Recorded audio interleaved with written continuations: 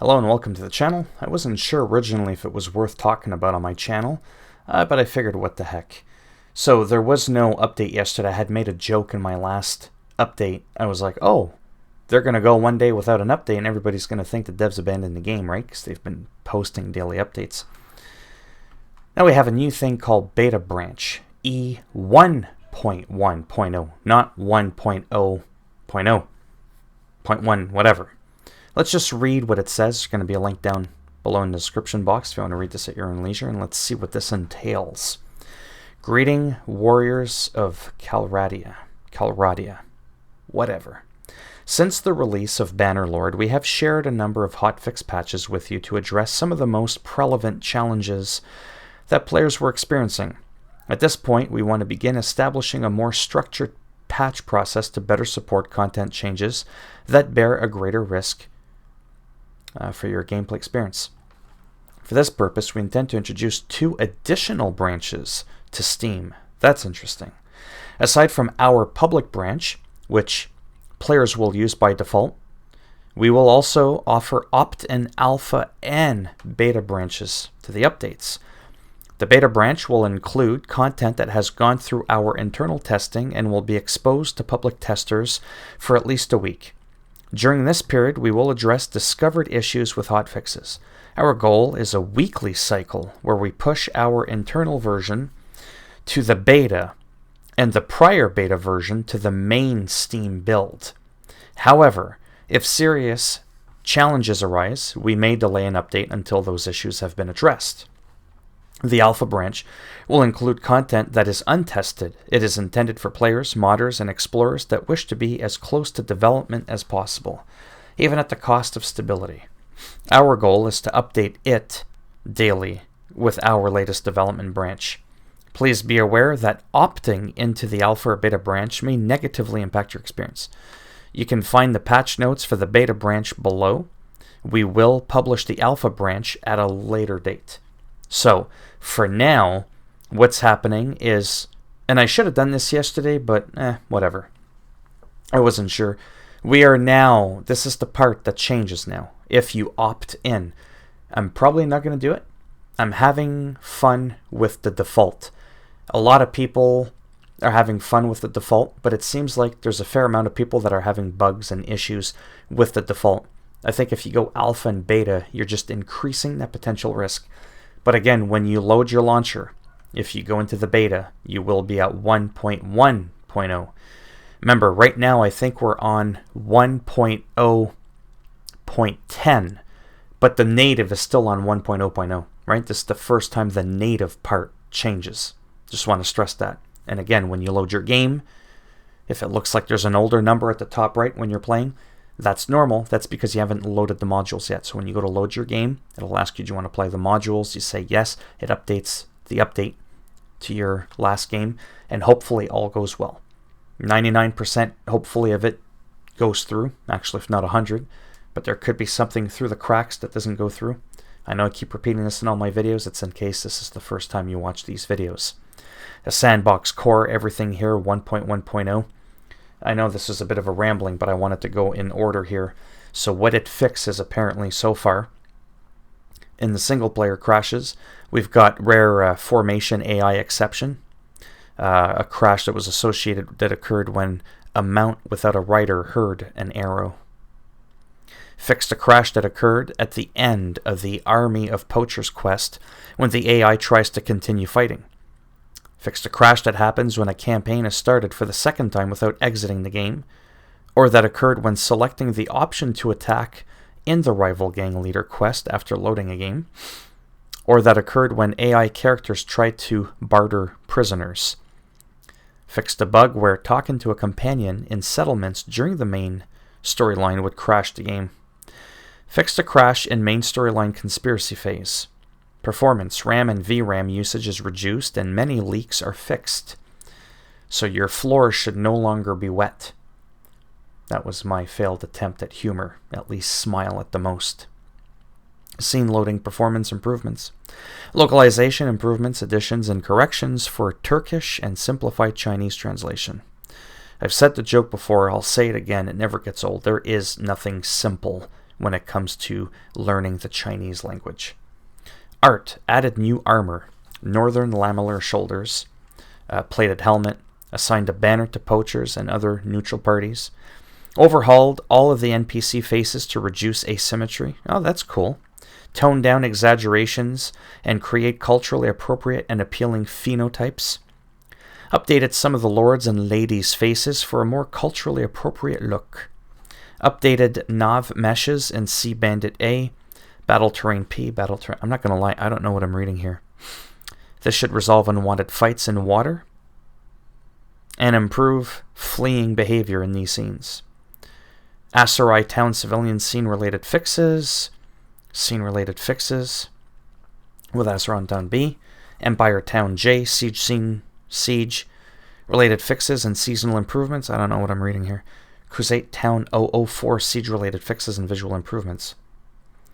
Asarai Castle 002 siege related fixes. A bunch of weird stuff that I don't know what's going on here. Night atmosphere illumination amounts adjusted. Visual fixes for battle scenes. Winter season issues with steppe scenes have been fixed. Steppe, steep, steppy. I'm French, damn it. Winter-related problems with the outer meshes are solved. Trust me, there's a lot wrong with winter. I have a lot of problems with winter myself. Just in general, in the real world too. Low poly tree meshes are now used in hideout prefabs. Agent spawn positions in some scenes are fixed. Fixed a season problem with Asarai's arena. An issue with Batania arena spawn points being too close to each other is fixed. Fixed some scene issues of Asarai Village, or with the physics issue of Vlandian castle parts, or with some lighting issues of the Empire Lord's Hall. There's a lot of fixes in there. A physics issue with Batania Castle Wall, UV issues of Sturgia Castle Gatehouse, fixed an error while opening the forced hideout scene, refined snowy atmosphere. Beard intersecting helmet issues were fixed for Western plated helmet and Empire Guarded Lord helmet. Nordic Sloven armor's bones problem fixed. Fixed clothing clipping issues. Replace some textures and meshes. Updated on hero creation stages. Wow, this thing's really long. This is probably like the longest patch notes I've ever read for this game. Some clothes updates, poses overall, face animations, scene lighting, skin shader updates, specular texture channels updated, diffuse texture updated, beard tattoo material. Alpha and color updates campaign map. Parties participating in an event are no longer moving, which fixes some footstep sound issues. Audio fixed at campaign. Music could play many tracks in quick succession. UI implemented trade perks that relate to profit in inventory. Minor UI tweaks and fixes in crafting, barter, save/load, recruitment, board game, siege screens. No saddle visuals in inventory. Removed helmets from hero portraits to see their faces more clearly. Added weight carrying mount and speed mount icons in inventory mount tooltip panels. Fixed a spacing issue with... What the fuck is that? Oh, G character and Turkish localization. Fixed barter offer item visuals not being visible. Enabled being able to give names with space and numbers in creation. Fixed 2 hints showing up in the inventory equipment slots. Changed character developer traits from text to icons. Implemented a basic item tooltip. Now players can see the basic stats of a tournament prize item. Added a busy with an issue or busy with a quest or busy with a common area notification in create a party instead of just a busy explanation. Fixed attribute and focus point tooltips to reflect correct numbers. Moved number of corpses and max simultaneous sound event count to performance options. Implemented being able to sort/move modules in the launcher. No wonder I didn't want to read these patch notes before. Renamed resume game to saved games. Added minor faction filter to clan page, list page. Added tooltips to map bar circle notification. Added new perk icons. Fixed banner visual errors with some icons and banner icons not matching with the UI. I apologize greatly. I need to look at my phone just super quick. Okay. Because I am waiting for that guy to pick up my Xbox. Battles and sieges. Simulated battles no longer give more XP than fought battles. Added missing patrol spawn positions to forest hideout scenes. Forest hideout missions should now open normally. Combat AI. AI quality for NPCs is now determined by skill points in the current weapon's governing skill instead of overall character level. A tactics bug related to the defensive ring that occurred when archers ran out of ammunition has been fixed. An issue in caravan villager battles that could potentially cause unexpected behavior at agent processing level was corrected. Cavalry not being able to hit enemies right next to them when they had swingable weapons and circling each other endlessly, issue fixed. Bodyguard troops could rarely stop moving when their commander died. This is now fixed. Mounted agents can calculate enemy positions better and thus more accurately aim their thrust attacks. Man, I'm itchy today, sorry. Some agents couldn't move properly due to invisible scene AI barriers. This has been fixed. Fixed some Sea Bandit AI issues. Agents attack less often in the combat AI difficulty, if the AI combat difficulty is set to normal. Holding ready duration for attacks was added as a driven property and tied to melee combat skill in order to make easier/less able AI agents fight less relentlessly, i.e., they will wait for a while before releasing their attack. Character development system. Level 1 characters now start with 120 skill points. Reduced XP required to learn higher skill levels. Troops can now upgrade more easily. Reduced wanderer skills outside their main area of expertise, making them easier to level up. Made wanderer age correlate roughly with their skills. Kingdoms and diplomacy. Fixed a bug where fiefs were regarded to have a negative value in barters if the everything has a price perk was enabled. Fixed a rare bug where the AI proposed a kingdom decision on behalf of the player clan.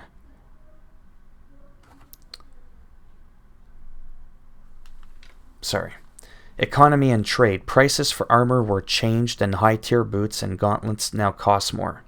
Range weapon prices have been readjusted. Sorry, I have to keep looking when my phone beeps because I have to make sure the guy's not like waiting for me outside kind of thing. I don't want to keep him waiting. Quest and issues. Reviewed about a third of the quest issues, improving dialogues and persuasion. Major changes in particular to Family Feud and Spy Party. Other. Icons on banners and shields were not appearing. They are fixed now. Updated Imperial Legionary equipment. Minor updates to Sturgeon Troop Tree equipment. Added more variation to Caravan Master's equipment. Added more variation to helmet drops from troops. Various other fixes to troop trees and stats. Armor values of various equipment have changed to better match their visuals and increase faction armor variety. That's cool. Armor values of mount bardings and harnesses were changed to match their visuals. Riding a horse without a saddle now incurs a 10% penalty to max horse speed and maneuvering. That's interesting. NPC agents carrying heavy items, apple baskets, etc. will no longer run with items in hands when the player asks them to take him or her to a particular agent. Added an exposure compensation option that allows players to adjust the brightness levels of the visuals to their preference. Fixed missing items. For blacksmith characters in town, some grammar mistakes and typos were fixed. Fixes a bug that caused the player character to be invisible. Fixed a bug that caused characters to spawn without any equipment or pants. Animations in the multiplayer part. Fixed some wrong cavalry idle animations. Fixed a rare condition in which client writer gets stuck in defense animations after successful hit. Audio implemented a voice spamming filter for multiplayer. I seriously didn't know it was going to take this long. 15 minutes, holy cow. Usually takes me 15 seconds to read the patch notes. Design and balance. Damage interrupt thresholds. Values are set as 5. Headshot damage multiplier is increased from 1.7 to 2 for pierce damage. Map related. Bug fixes for Harbor of Ofsk. Bug fixes and improvements for Castle of Fen Altai. Some spawn locations are readjusted for team balance. Atmosphere has changed. Added particles to be formed when the breakable wall is damaged. Other miscellaneous. Slow motion and pause cheats are disallowed during multiplayer matches. Performance, decreased bandwidth usage of impact sounds. Server and network, server improvements. Both single-player and multiplayer crash. If the AI is not holding a ranged weapon, it tries to find a ranged weapon in its equipment and uses this weapon to calculate attacking scores against distant enemies. During this weapon selection, some equipment was causing a crash. This has been fixed. Performance, improved the performance of the sound system. Big improvements to the multi-core performance of the game. We now select maximum sound count according to your CPU's core count. You can increase this setting if you have a recent CPU. We've also added a very low 64 option. I remember when 64 was considered very high. Some other minor performance improvements. Audio. UI sounds don't get cut by other UI events anymore. Added is missile. Sorry, I'm uncomfortable and I normally don't have to read this long. Check the crafted weapons impact. Sounds like throwing axes. Fix ballista reload sound phasing. Minor changes in the hearable distance of loud sounds. Fix some Vlandian scenes opening up with an echo. Combat AI. Improved the calculation of ranged units for the enemy's future position. Ranged units can target mounts or different enemy bones. Cases that caused errors during this calculations are fixed. After issuing the hold fire command, the AI weapon selection gives less priority to ranged weapons that have a secondary melee mode. Other added an option to disable controller variation. And my guy's going to be here in a few minutes. So, that's the patch notes. Sorry if I looked like distracted and a little bit stressed out. It's because I am, but I was trying to... whatever. So I wasn't, like I said, originally going to record this, but I think it is important because that also forced me to read through all the patch notes and see what these amazing changes the beta patch is bringing. So that's what the beta patch is. So I'm going to title this, obviously, appropriately. I think I'll still keep covering them, like the beta ones, and then when the alpha ones come in, and then I'll just put it in my title so you're not like, is this the official? Like, so I'll always make sure that it's like it's clean that way so that you know just reading the title, right? I don't ever want you clicking on it going, oh, that was the alpha, or that was the beta. Like, that would be stupid on my part to not include that. Which is why, like I said, I just didn't know if it was worth doing. But there's probably a few people out there that will want to dive even deeper into the updates that won't mind the extra risk, especially with the alpha. So anyhow, that's it for me. If you liked the video, give it a thumbs up. If you didn't like the video, give it a thumbs down. And then next time you go out to try to get some toilet paper, he's got the last roll. He's looking at you, and he's like, if you can take the toilet paper roll from the top of my head. He's got like a pointy peg there and the rolls on top of his head. No? Okay, that's enough of that. Anyhow, if you want to subscribe to the channel, naturally that would be great. But if not, I understand. I'm a little crazy. Thanks for stopping by anyways. Take care, boys and girls, or whatever it is you identify as. And as always, stay safe, be happy, and I shall see, hopefully, most of you in the next video. Bye now.